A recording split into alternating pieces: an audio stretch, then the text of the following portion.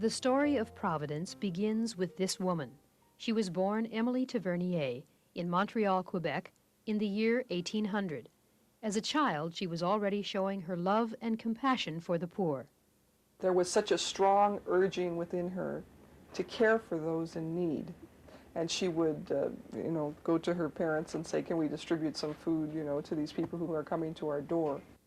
Emily grew to marry and to have 3 children. Her husband died. The 3 children that she had died in infancy. And during this time, she kept being drawn more and more in unity and solidarity with Mary at the foot of the cross, or our Mother of Sorrows. But Emily did not dwell on her sorrow. Instead, she drew inspiration from it and devoted her life to serving the poor and suffering of Montreal, the elderly, the sick, orphans, the mentally ill, prisoners. In 1843, Emily helped Bishop Ignace Burgett establish the Daughters of Charity, Servants of the Poor. A year later, she herself joined the community, which became known as the Sisters of Providence. She and her compassion and her presence permeated their lives so much that they truly knew that there was something beyond this human situation called Providence. That something called Providence compelled Mother Gamlin and the sisters to reach out beyond their community in Montreal, to take a mission of love and service to the poor throughout the world.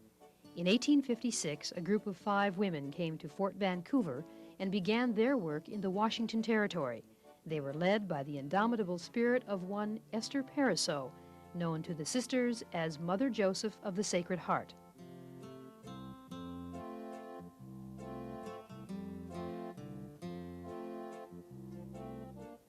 The sisters who came from Montreal had responded to the call of the bishop of the territory, a territory rugged and newly settled. Bishop Blanchette called them to the civil and Christian education of the young, as well as the care of the poor and the sick. Mother Joseph and the other sisters went to work, caring for orphans, Indian children, boarding students, the elderly, the homeless, the sick, and the mentally ill. Often there wasn't enough money to help these people. At those times, the sisters would travel throughout the territory, begging and bargaining for the resources they needed to carry out God's work. Mother Joseph is known as the Northwest's first architect. In 1873, she designed and built Providence Academy, Vancouver, hand-carving the ornate altar herself.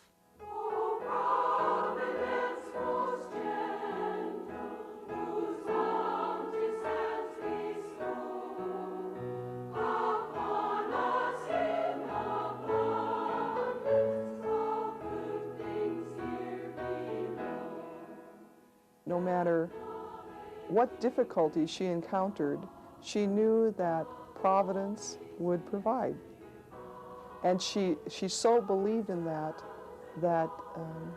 there were the resources that she needed. Before she died in 1902, Mother Joseph had established 29 institutions, pioneering education, health care, and social services in the West.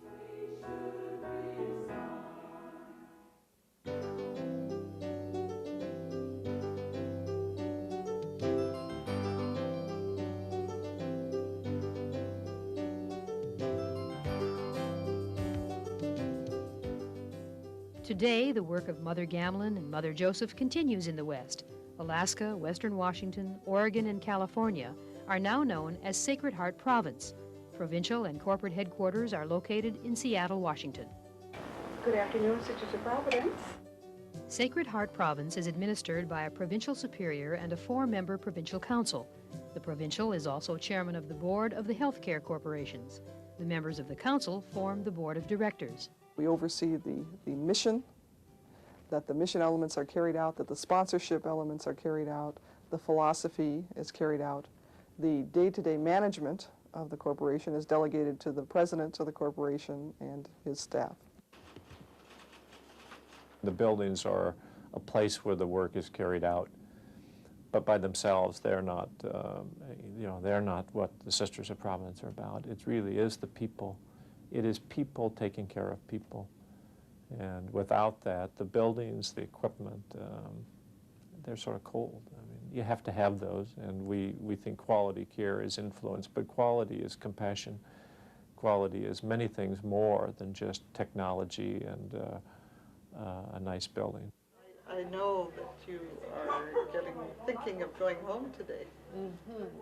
If there's a sort of an underlying value, it's love, which translates into respect for people, and the belief in the inherent dignity of each person, respect for life. And I think it all stems from that sort of fundamental value that they love people and that they're carrying out Christ's work.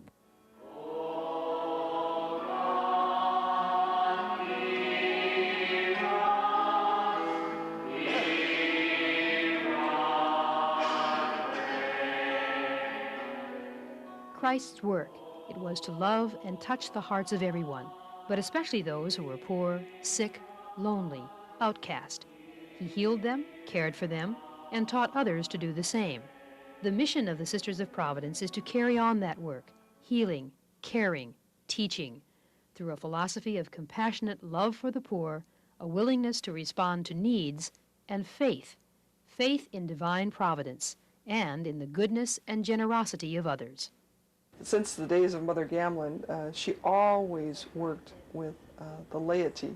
She always called those around her who could bring both the human and material resources to carry out the works of Providence. The sisters have never worked alone.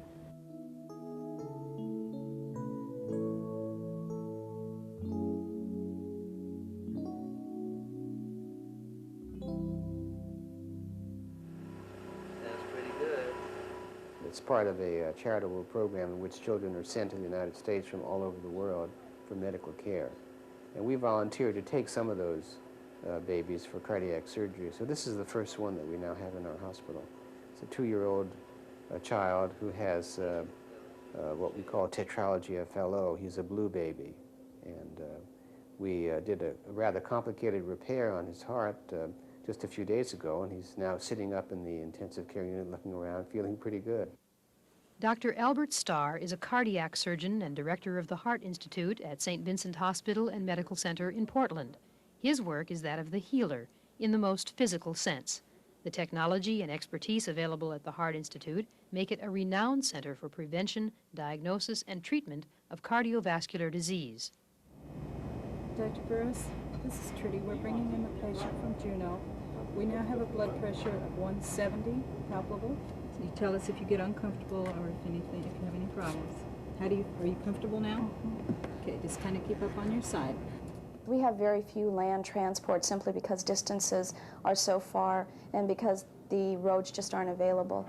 So it's a rare land transport that we have. All of ours are by air.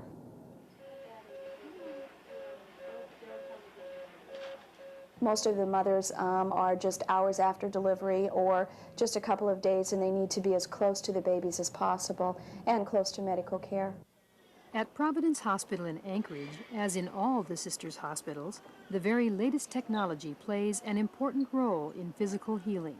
At the same time, the people of Providence recognize there are other kinds of healing to be taken into account as well.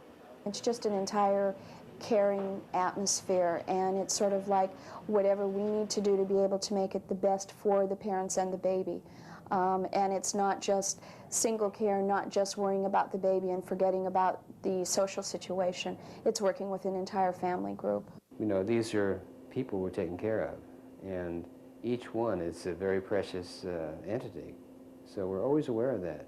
And I think that, you know, we would never want to get the reputation of being a high-tech factory. Which brings us to some other very important issues in healthcare. The emphasis on competition, which I think is potentially ruinous. I think the stringent financial climate that we're in, the abandoning of commitment to those in need by many is a tragedy. I think whether Catholic hospitals and systems survive could very well be determined in the next 5 to 10 years on how we deal with competition, how we keep our values of compassion, and whether or not we become a prophetic advocate for the poor, for justice in our society. And I think we have to develop programs that really serve people who are not going to be profitable to our system, but who simply have needs. Being healthy means meeting more than just physical needs. Sometimes our minds and hearts need healing too. So you're feeling some anxiety as well, huh, during the day? Things like accurate empathy and caring and positive regard for the patient were shown to be the key elements in a psychotherapy that made the difference between a successful therapy or not. And those are the very things that are embodied in the mission and values of the Sisters of Providence. Permitting people, allowing people to learn that modifying their behavior with respect to lethal chemicals is okay, and it's okay to live without them. I couldn't have done it by myself, and I doubt that I've met anyone here who could have. Bob Sutcliffe is a recovering alcoholic. When his drinking became a serious problem, he turned for help to Providence Medical Center's substance abuse program in Portland. You're allowed to recover. You're permitted to taste recovery. And you can make that decision. It's a watershed situation. You can make that judgment. I've tasted recovery, and I want that. Patrick Vanzo is the director of the program. We take in people who are truly disenfranchised. They may have an underlying mental illness, they have alcohol and drug addiction, they've lost loved ones, they've lost family, they've lost self-respect, they've lost their job, they've lost hope. These are the people that no one else wants to associate with. They've burned all their bridges, and they come to us, and we engage them in the process of putting themselves back together.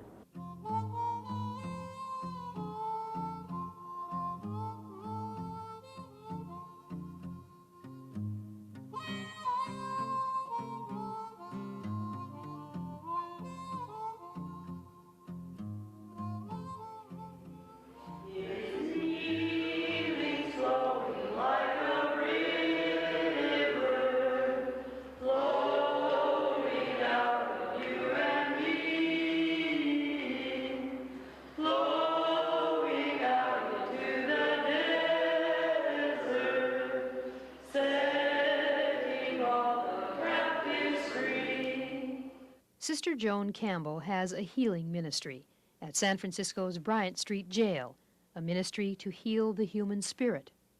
And well, I say my prayers every day and for my family, not just for myself, but I ask him to still guide me and to overlook what has happened in my life. So there's no words that actually describe what feeling it is. The Old Testament reading there is saying, I have you in the palm of my hands, Jerusalem. No matter what goes wrong or whatever, our Lord always has us very close to him. I would hope that they would be able to cope with their situation and that I could help them cope with whatever it is. But I also like to help them try to look at whatever patterns of behavior have gotten them where they've gotten and look at their own personality and their gifts. And the longer you have to work with somebody, the more you can try and enable them to connect with themselves and see their own potential and see their own uniqueness.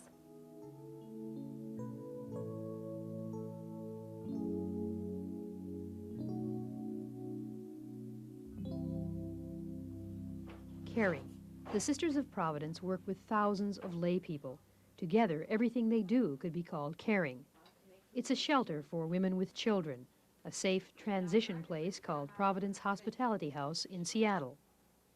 In Portland, it's a nursing center for severely disabled children, a place where trained professionals give tender care, and where volunteer grandmothers come simply to hold and to love children like Stephen. When you work with children like this, well, they all come to be special children to you. But he's just something, I don't know, just more special. He's always got a little smile when he's very, very sick. He's got a smile. Caring is social work.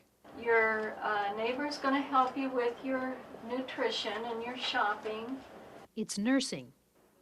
It's long-term care. And it's low-cost housing for the poor and the elderly.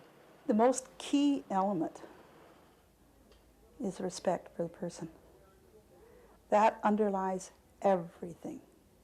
It is a very conscious part of everything that we do every way that we do.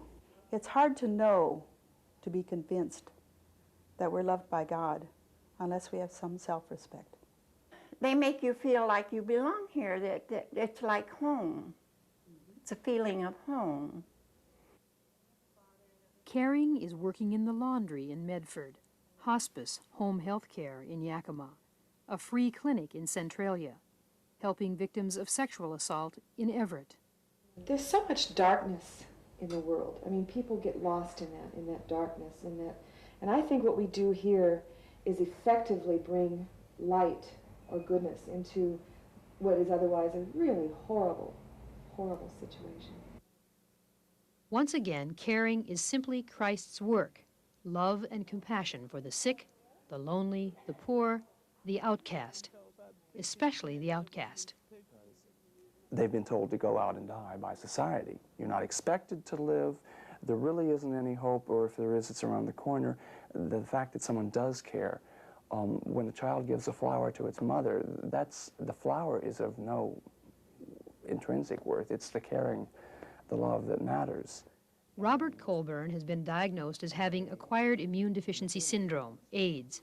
The disease is believed to be incurable. Those who have it are, in many ways, treated like the lepers of Jesus' time, feared and shunned. The caring and love that matter so much to Robert are, in part, found here, in a small inner-city garden. I've always had a garden. I had the prize garden on the block as a kid, and I've missed it for 15 years. So it was coming back home, so to speak, to do a garden again. Coming here is like coming home to lots of people, because you see the garden is in the backyard of a very unique house, Regina House, a food and clothing bank run by Providence Medical Center in Seattle. Sister B. LaFramboise, who coordinates programs at Regina House, says some donated food and produce from the garden are set aside for an AIDS support group. I think it's the idea of the community of people helping another community of people. And it's the compassionate care, and doing it because we really want to out of our heart, and also because there is a need. Regina House meets the needs of a broad community of people. Here you go. There's turkey drumsticks today. All righty. Okay. Thank you very much. All right, we'll see you. And sometimes I have people that come to the door asking for food, and I say, I really don't have any food, but maybe one can of beans or something. And so I kind of have the idea that the food goes out the front door, but it comes in the back door.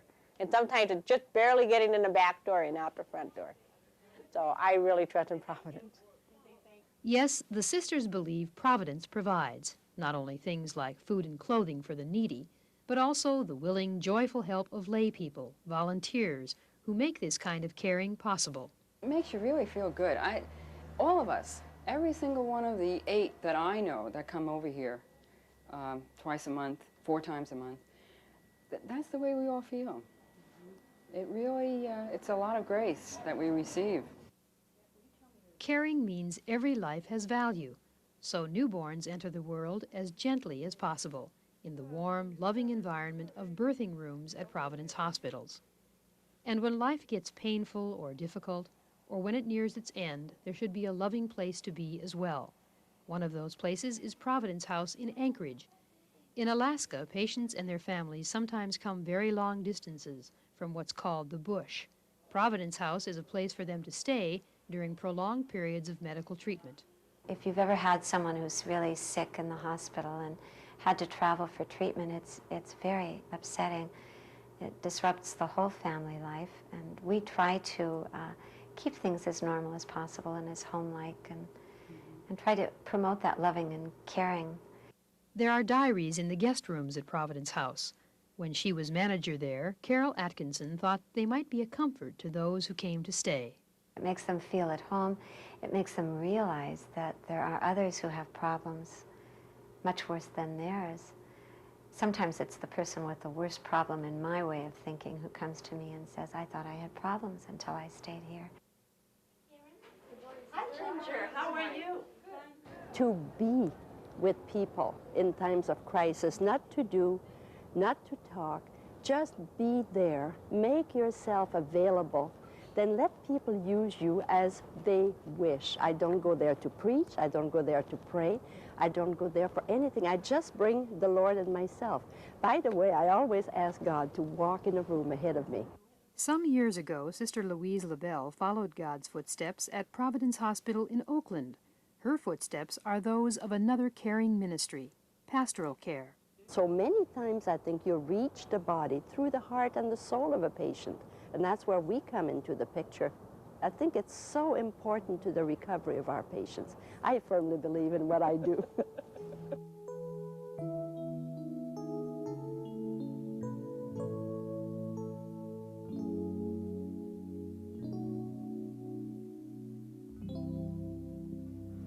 Okay, how many 10,000s do we have? 5. So we're going to have a 5 in the 10,000 column, okay? Jesus has been called the Master Teacher. His life is an example for our lives. The Sisters of Providence are teachers too. In all they do, they strive to teach us what it means to be Christ-like. In a more formal way, they continue the work of their foundresses in schools throughout Sacred Heart Province, providing a Christian education to children from preschool through high school. Sister Marge Crawford teaches in the Emily School for Developmentally Disabled Children in Portland.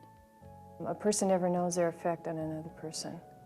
I never know the effect that this classroom will have, but I assume that it's going to have an effect in their ability to continue learning and loving themselves. And if I can help them to learn how to love themselves, that's the best gift I can give them.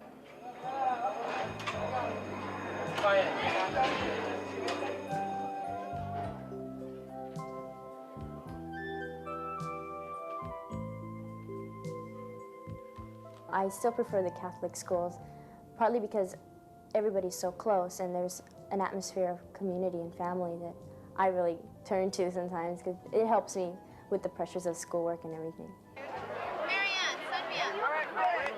If the mission of the Sisters of Providence is being served at Providence High School, it's because the students who are here are being well served and getting a good education, and as a result of that, in their lives, know that there is a provident God who loves them. When all else fails, there is a provident God who loves them, and that there is always someone there who cares about rejoicing with them when things are wonderful and crying with them when things are sad, but who fundamentally accepts them for who they are.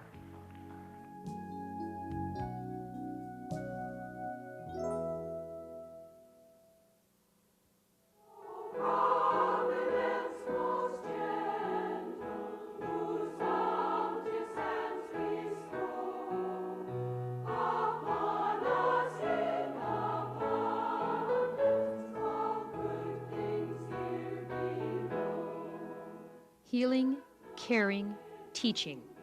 On their 25th and 50th anniversaries as Sisters of Providence, individual sisters celebrate lives of commitment to a mission of service. They restate their vows at a Jubilee celebration.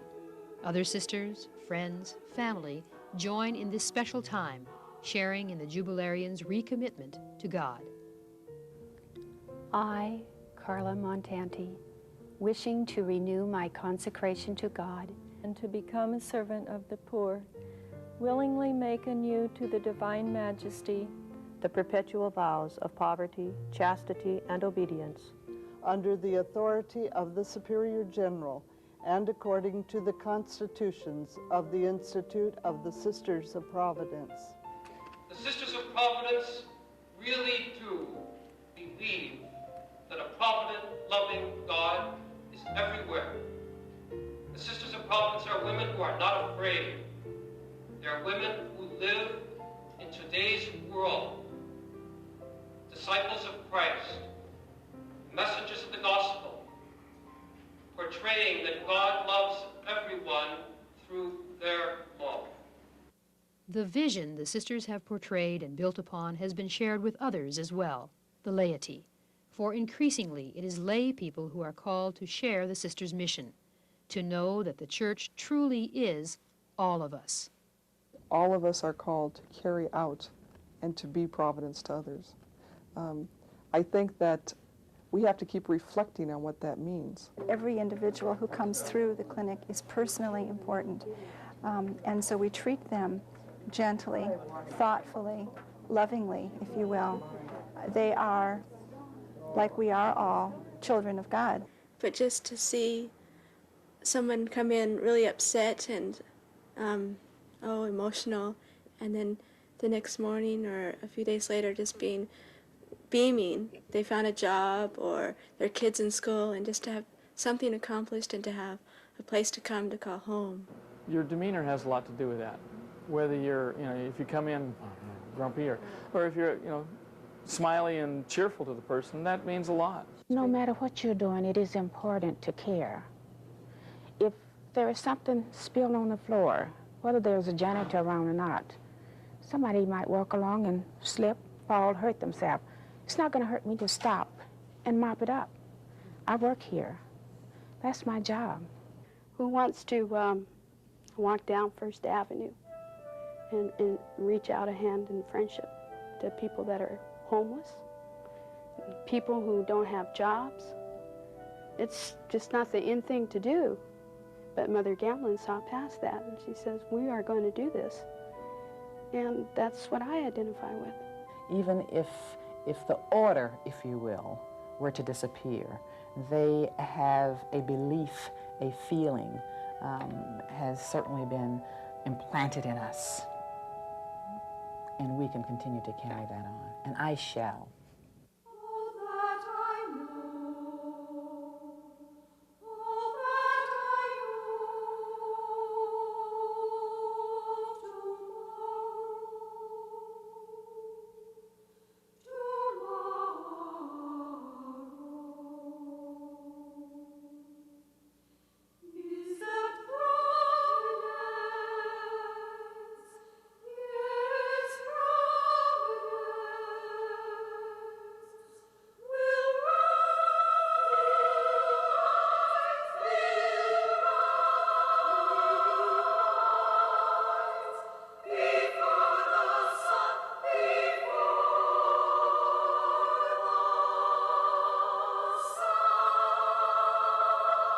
Be